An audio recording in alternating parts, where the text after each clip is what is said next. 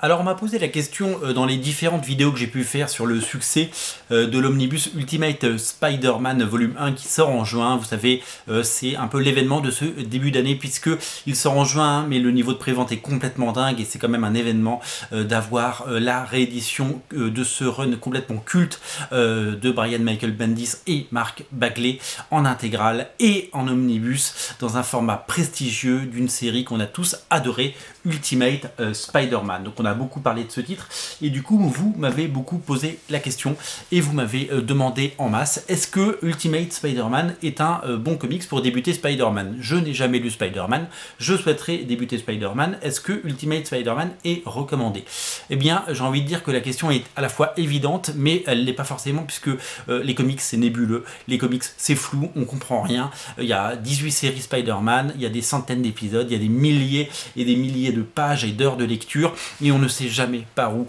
commencer. Eh bien je vais vous répondre franchement et je vais vous répondre avec la plus grande honnêteté qui soit, oui, un grand oui, Ultimate Spider-Man est aujourd'hui la meilleure façon de débuter Spider-Man. D'abord pourquoi? Parce que tout simplement parce que c'est disponible. Et oui, dès le mois de juin, le volume 1 en omnibus sera disponible. C'est-à-dire que si vous voulez une histoire qui vous plante le décor, qui vous raconte à la fois les origines du personnage, qui vous raconte qui sont les gentils, qui sont les méchants, les enjeux de la série, pourquoi c'est bien, pourquoi le personnage est culte, pourquoi le personnage est rentré dans la culture populaire, pourquoi il est devenu une icône, eh bien aujourd'hui je ne saurais quoi vous conseiller au-delà d'Ultimate Spider-Man parce que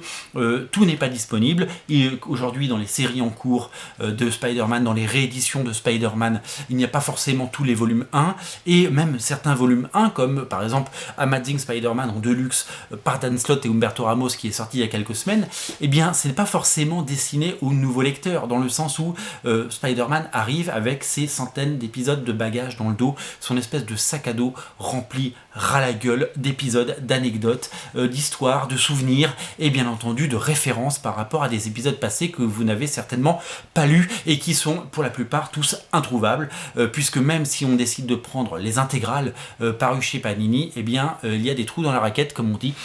C'est un véritable gruyère, c'est un véritable emmental où il y a trou sur trou, où on ne retrouve pas tous les épisodes et c'est quasiment impossible de lire de façon chronologique les épisodes. Pourquoi Ultimate Spider-Man est le meilleur point de départ pour découvrir Spider-Man? Eh bien tout simplement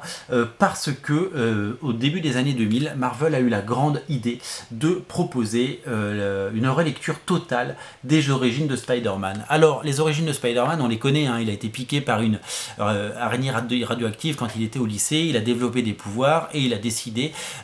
suite à la découverte de l'adage avec de grands pouvoirs viennent de grandes responsabilités, eh bien de mettre ce pouvoir au service du bien et de la justice en évidemment aidant la police et évidemment en combattant des menaces que les humains ne peuvent pas appréhender. Une fois qu'on a dit ça,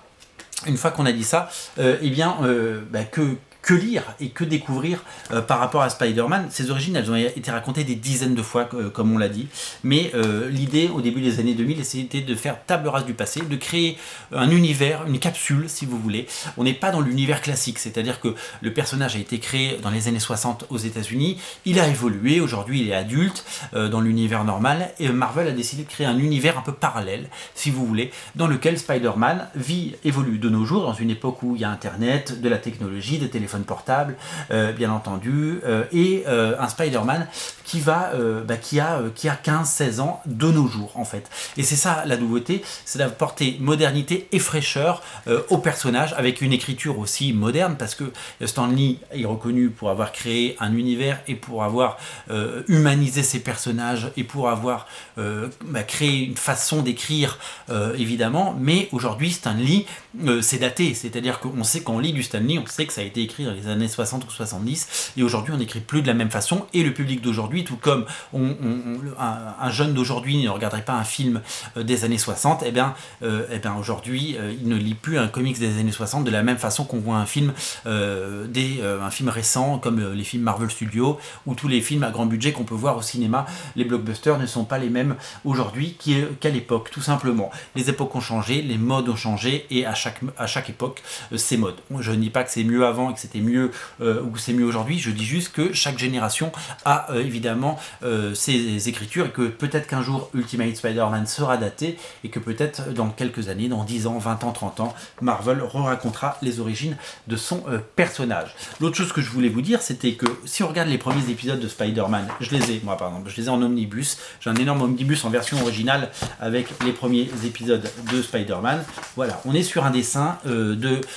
Steve Ditko complètement dans son époque et complètement dans son jus. Alors moi j'adore, je suis super fan de Steve Ditko, vous le savez, je suis super fan des années 60, je suis super fan de la façon dont Spider-Man était mis en scène à l'époque.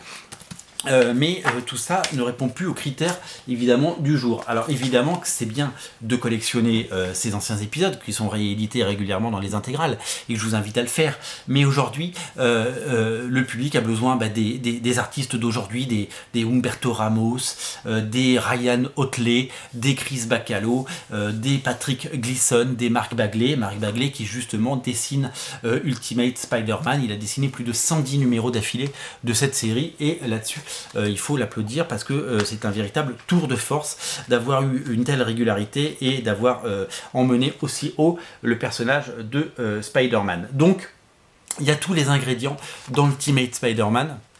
pour en faire, si vous voulez, la lecture pour les nouveaux lecteurs. Vous n'avez jamais lu Spider-Man? Lisez ça. Là-dedans, vous allez avoir un jeune Spider-Man, un jeune Peter Parker, qui n'est pas encore Spider-Man, qui va se faire piquer par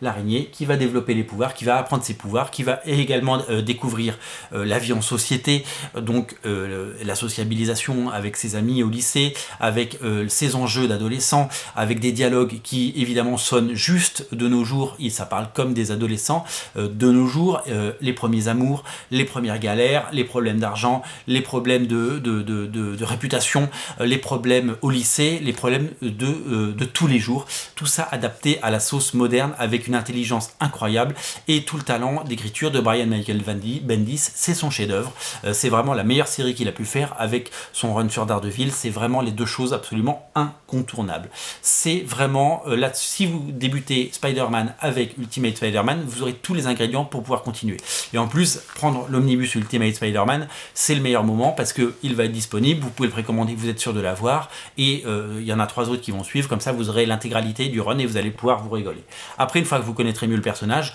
une fois que vous aurez un petit peu mieux compris tout l'univers de ce personnage, vous pourrez bien entendu vous diriger vers d'autres séries et repartir sur la saga du clone, repartir sur les séries modernes, ce qui paraît en ce moment à la fois dans les collections 100% mais aussi en deluxe, etc., etc. Des termes qui ne vous parlent pas pour le moment, mais c'est ça les comics, il y a un moment il faut plonger, il faut découvrir et après évidemment vous serez picousé. Voilà, donc Ultimate Spider-Man c'est tout simplement la meilleure façon de débuter Spider-Man et ça tombe bien, l'omnibus sort en juin, il est disponible en précommande sur originalcomics.fr, le port est offert, si vous voulez l'avoir je vous invite à le précommander comme je vous invite depuis une semaine à le faire, vous êtes déjà des centaines à l'avoir précommandé sur originalcomics.fr. Voilà, vous savez tout, allez-y en confiance, si vous voulez découvrir Spider-Man ou Ultimate Spider-Man c'est le moment ou jamais et c'est surtout que vous allez absolument adorer et vous régaler. Le dessin est chouette, les dialogues sont super, l'histoire est incroyable et vous êtes parti pour des heures et des heures de lecture. Vous allez vous régaler et vous allez découvrir une série pas comme les autres, une série qui fait du bien, feel good, c'est drôle, c'est fun, c'est génial, c'est absolument incontournable. C'est disponible sur originalcomics.fr déjà en précommande, le lien est là dans le descriptif de la vidéo. Salut.